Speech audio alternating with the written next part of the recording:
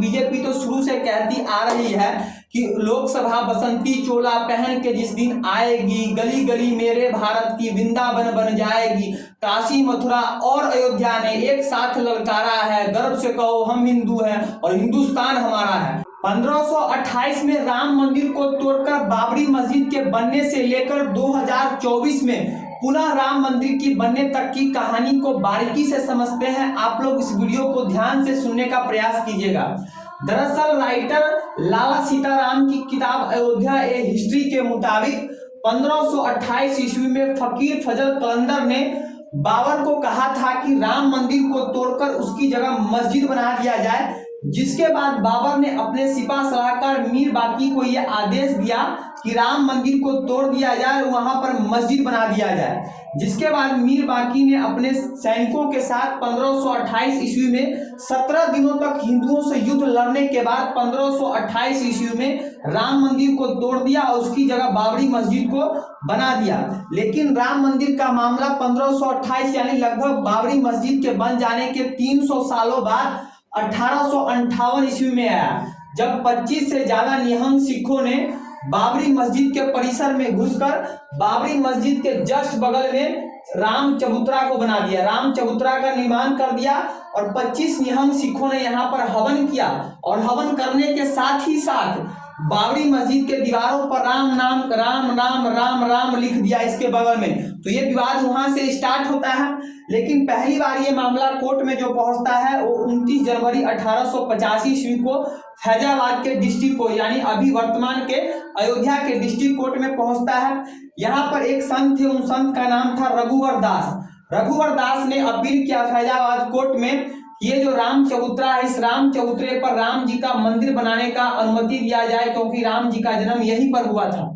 लेकिन फैजाबाद कोर्ट ने 24 दिसंबर 1885 ईस्वी को अपना फैसला सुनाया और संत रघुवर दास का याचिका को रद्द कर दिया। बोला कि आप यहाँ राम चबूतरा पर राम मंदिर का निर्माण नहीं कर सकते हैं, क्योंकि राम चबूतरा और बाबरी मस्जिद दोनों अगल बगल में है। अगर यहाँ पर आप मंदिर का निर्माण करते हो तो फ्यूचर में हिंदू मुस्लिम राइट हो सकता है, इसलिए यहाँ पर आप राम मंदिर का निर्माण नहीं कर सकते हो। फिर ये विवाद चलता रहा, विवाद आगे तक चलता रहा। साथ बात आती है आजादी, भारत को आजादी मिलती है, अंग्रेज चले जाते हैं। दिन आता है 23 दिसंबर 1949 ईस्वी। 23 दिसंबर 1949 ईस्वी को इसी बाबरी मस्जिद के परिसर में कहा जाता है कि रामलला का एक मूर्ति मिलता है, छोटा सा एक रामलला का ये मूर्ति मिलता है। हिंदुओं का कहना होता है कि रामलला खुद यहाँ पर बाबरी मस्जिद में प्रकट हुए हैं, ये बताने के लिए कि हाँ ये मेरी स्थल है। जिसके बाद फिर से टसल चलता है, मामला फैजाबाद कोर्ट में पहुंचता है और फैजाबाद कोर्ट 29 दिसंबर 1949 ईस्वी को ये पूरे परिसर को यानी बाबरी मस्जिद के परिसर को कुर्क कर देती है और कुर्क करने के बाद बोलती है कि मूर्ति को वहां से हटाया नहीं जाएगा, यानी रामलला का मूर्ति जो यहाँ पर प्रकट हुआ है उसको हटाया नहीं जाएगा, बल्कि वहीं पर रखा जाएगा। और बोला जाता है कि इनकी जो पूजा करेंगे, पूजा करने के लिए महंत प्रियदत्त राम को नियुक्त किया जाता है। और इस प्रकार ये मामला फिर कोर्ट में चलता रहता है कि किसका है नहीं किसका है। आगे चलकर बहुत सारे जो अखाड़ा है यूपी के अगल बगल में वो अपनी दावा पेश करते हैं कि ये जमीन मेरा है, ये जमीन मेरा है। लेकिन आगे चलकर 1 जुलाई 1989 ईस्वी को जो खुद जज रह चुके होते हैं यानी कि एक्स जज, उनका नाम था देवकी नंदन ये कोर्ट में अपील करते हैं कि ये जो रामलला है ये रामलला ही खुद अपना मुकदमा लड़ेंगे, यानी ये जो पूरी जमीन है ये जमीन जो है रामलला की है, यानी रामलला के साथ अन्याय हुआ है तो ये जो भी जमीन मिलेगा ये रामलला को ही मिलेगा। और तब से ये फैसला चलता रहता है।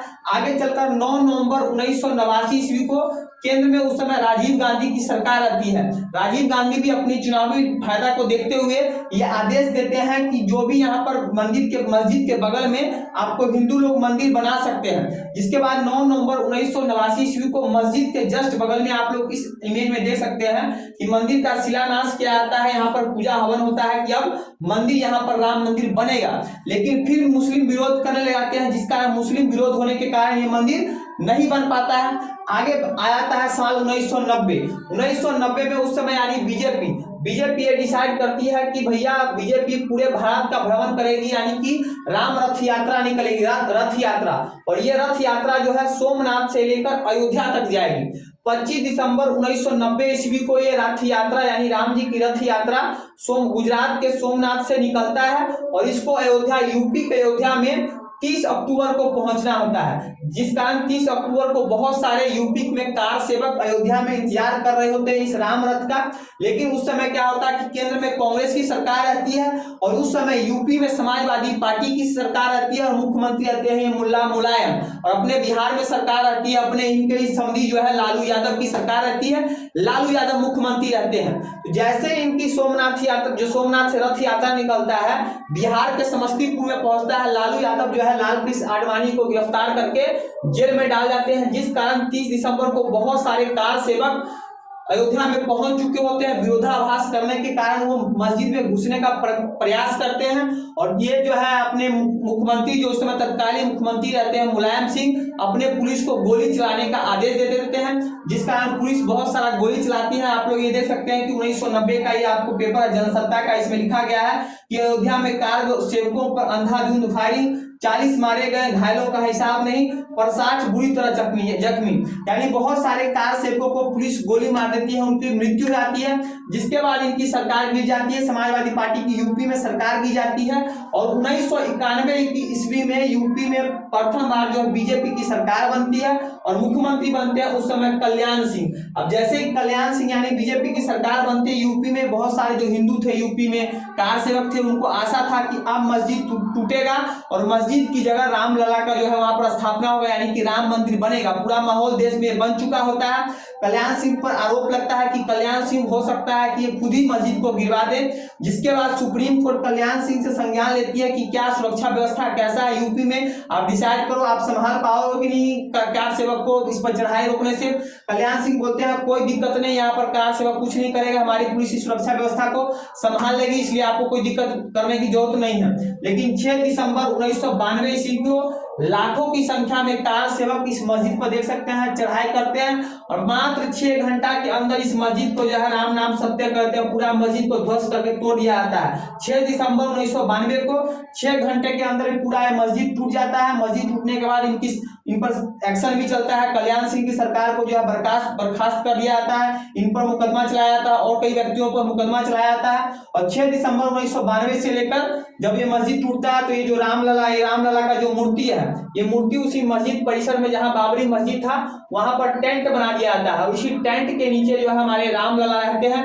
तो 1992-93 से लेकर रामलला जो है इसी टेंट में रहते हैं जब तक सुप्रीम कोर्ट का फैसला नहीं आता है। और तब से ये फैसला चलता रहता है, कोर्ट में चलता रहता है। अब कोई इलाहाबाद कोर्ट में फैसला चलता रहता है। 30 दिसंबर 2010 को इलाहाबाद की कोर्ट जो है अपना ये फैसला सुनाती है।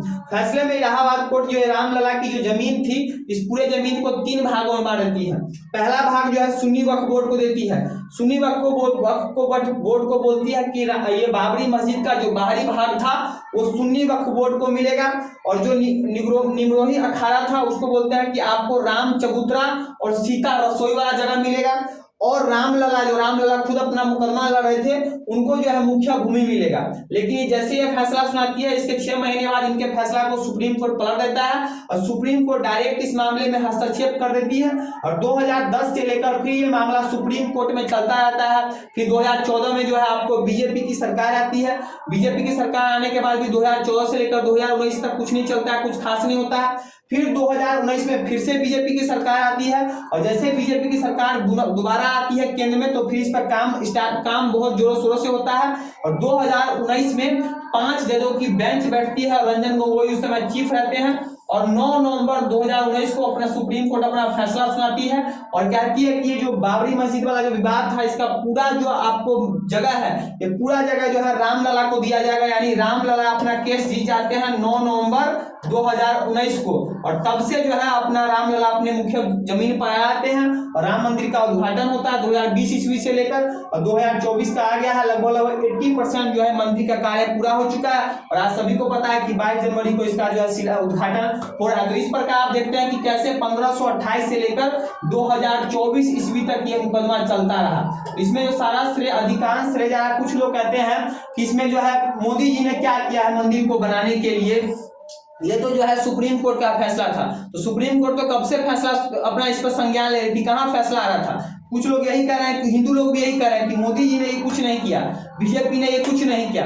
लेकिन उनको क्या बताया कि बीजेपी तो शुरू से कहती आ रही है कि लोकसभा बसंती चोला पहन के जिस दिन आएगी, गली गली मेरे भारत की वृंदावन बन जाएगी।